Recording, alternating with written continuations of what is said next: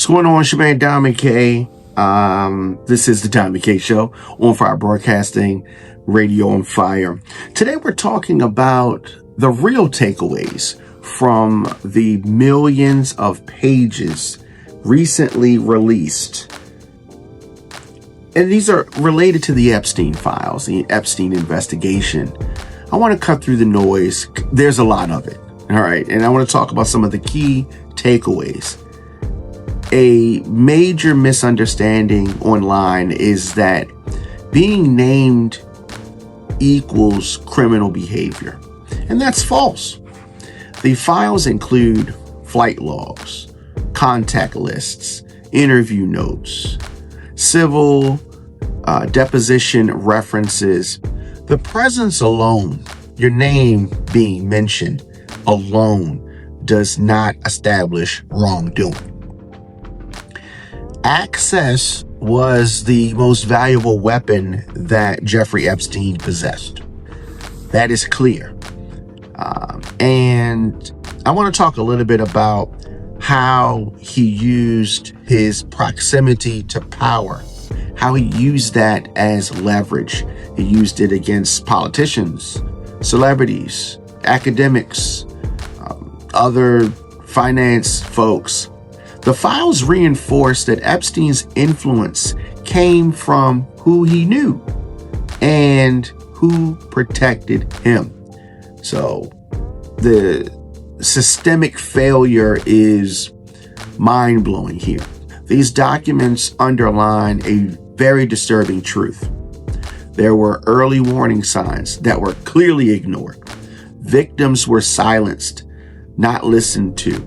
Prosecutors cut these sweetheart deals. And I remember when this stuff was happening and I was like, how is it that this guy is able to get away with these deals? How is this possible? There were records that were sealed for years. This wasn't a single failure. This was institutional. This was about greed and money, and victims were sidelined. The voices of survivors are often minimized when reputations are being protected. And that clearly was something that happened. The files remind us the real story isn't the famous names. That's a big part of it, but that's not the real story. It's about the harm that went unchecked for years and years. Transparency is still incomplete. We still don't know everything that we should know. Even with millions of pages being released, some key questions remain unanswered. Who enabled him financially? Who intervened legally? Why were consequences avoided for so long? I mean, the Epstein files don't contain the smoking gun, at least not what's been released thus far. Many of these names, there have been, famous names that have been floating around. But that alone is not going to make you guilty, just being mentioned in passing or whatever. Now, I'm not trying to say that just because someone was named, that means that they're innocent either. But the systemic failures that have allowed this abuse to continue is something that we need to address. I want the whole thing, right? I want the whole thing released. But social media has been flooded. My timeline has been flooded with some of these names, big politicians, entertainers, big folks with money.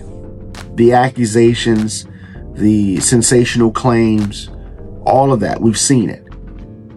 But the reality is that these documents, their release is more complex and troubling than some of the viral posts and the sensationalism. It's more than what they suggest.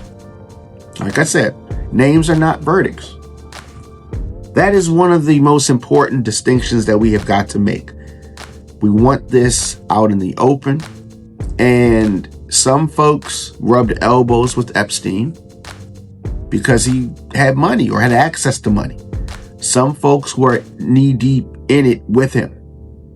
But the public must understand that appearing in these files does not automatically indicate criminal wrongdoing. That doesn't mean that you're innocent either. Many of these individuals mentioned were interviewed during depositions, listed in some kind of contact database, or referenced by third parties. Now, they could have been referenced for wrongdoing by third parties, but that has to be proven. Now, courts have repeatedly emphasized the distinction for a reason. Documentation is not adjudication. But things have been suppressed and survivors, victims have been silenced. So we have to take all of that into account. Now, a big part of this is power and proximity to that power. What the files do confirm is Epstein's extraordinary access to powerful circles. He was able to move around with political leaders, corporate executives, academics, the cultural elites. They moved freely through his orbit because he had money, because of his whole swag and how he was living. The access provided legitimacy and protection. And some folks are nervous because they were around him. Now, just because they were around him doesn't mean that they're guilty, but that also doesn't give guilty folks some type of a pass. Epstein's wealth was not just financial. It was relational. It's how the institution ultimately failed us and failed the victims. But that is on full display. I think perhaps the most damning revelation isn't who appeared in the files.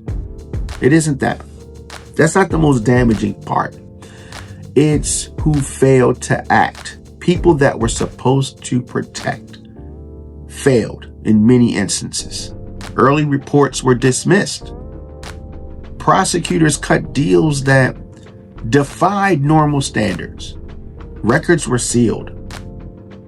Many warnings were ignored.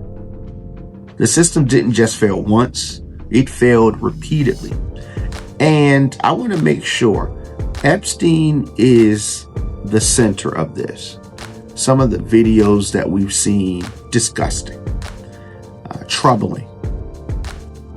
The erasure of victims is something that happens over time. For years, survivors were sidelined while powerful reputations were prioritized. That is tragic. These files do underscore how often victims were disbelieved, minimized, or just legally boxed out of justice and denied that justice. Transparency has limits still, even after all of these years. That is very disturbing. Even now, critical gaps remain. Financial backers, enablers, decision makers who shielded Epstein remain largely unaccountable. And when I talk about folks just being named and that not meaning that they're guilty, some of these folks potentially are or were enablers, backers, decision makers who shielded Epstein. These document releases alone cannot substitute for genuine justice. So what's going to happen? What's going to happen now that we have more documents out there? The Epstein files are not a smoking gun, but they are a mirror. They reflect how power operates when accountability is optional. The real question is whether society is willing to confront what the mirror shows. And I think society is ready to confront that. It's the powerful elites that don't want it confronted. That is something that we have got to change. We've got to change that. This celebration of celebrities. That is the part that is,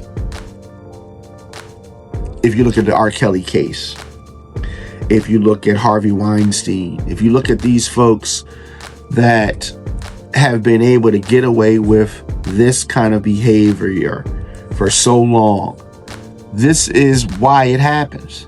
Because of the money, because of the way that we celebrate these folks. And when you have the money, you can get away with so much. But the money also attracts. It also attracts folks. But little by little, it's been drip and drip and drip.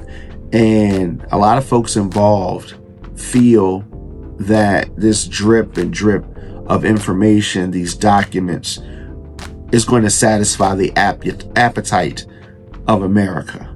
And it's not. Yes, we've been getting court filings. Yes, we've been getting depositions. Yes, we've been getting interview summaries. Yes, we've been getting flight logs. Yes, we've been getting contact lists and civil lawsuit exhibits. But what we need is criminal verdicts, proof of guilt, findings of fact by a jury. That distinction matters. That's what we need.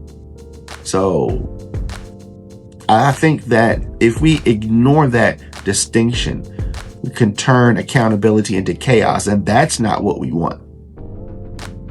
But we do understand that this access, it's been the real revelation. Epstein had extraordinary access because he was a manipulator and he was a disgusting individual.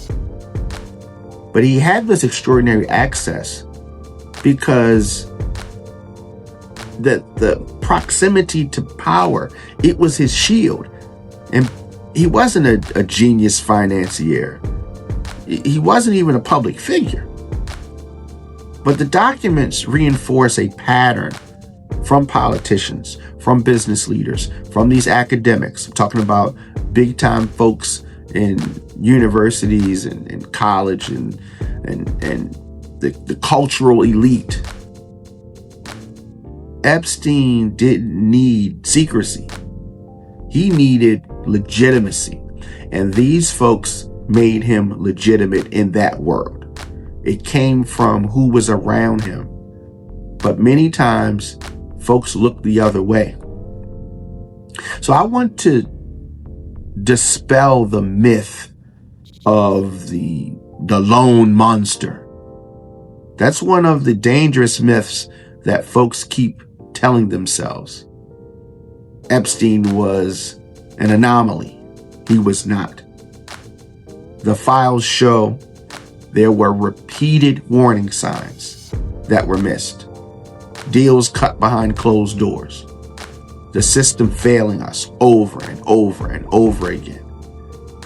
One of the most damning themes in these documents is restraint. Not of Epstein, but by the justice system. Ask yourself, why were early cases stalled and delayed? Why were non-prosecution agreements granted? Why were records sealed for years? These weren't accidents. These were choices. Choices that prioritized institutional comfort over victim protection. And it's still happening. When you see the types of files that are released and the cloudy nature of it, it is still continuing now. If you read the documents closely, you will notice something chilling. Victims are often background characters in their own stories. They appear in footnotes. They are reduced to summaries. Their voices are filtered through attorneys and depositions. Meanwhile, reputations of these powerful people, that's what's being handled delicately. That imbalance is the real scandal. And even with millions of pages being released, there are a lot of gaps that still remain. We do not have full financial transparency, complete accountability, or clear consequences for those who intervened on Epstein's behalf. Transparency without accountability is just disclosure. Justice requires so much more. This story isn't about celebrity gossip. It's about whether powerful systems can investigate themselves honestly, and I think the answer is no. It's about whether wealth still buys silence, and I believe that it does. Whether influence still bends outcomes, and it does. It's still happening now. Whether victims still come last. That's what it appears to be. And whether the public demands better or just consumes outrage. The Epstein files are not a conspiracy roadmap. They're a warning. They show us how abuse thrives when accountability is optional, and how easily institutions confuse discretion with justice. The question now isn't what's in the files. It's what we're willing to do with what we already know. It's your man Diamond K. Of course, you can follow me on all social media at The Diamond K Show. You need to get in touch with me, djdiamondk@gmail.com. Of course, visit onfirebroadcasting.com. If you're on YouTube, check us out, DJ Diamond K. And anywhere you get your podcasts, search The Diamond K Show.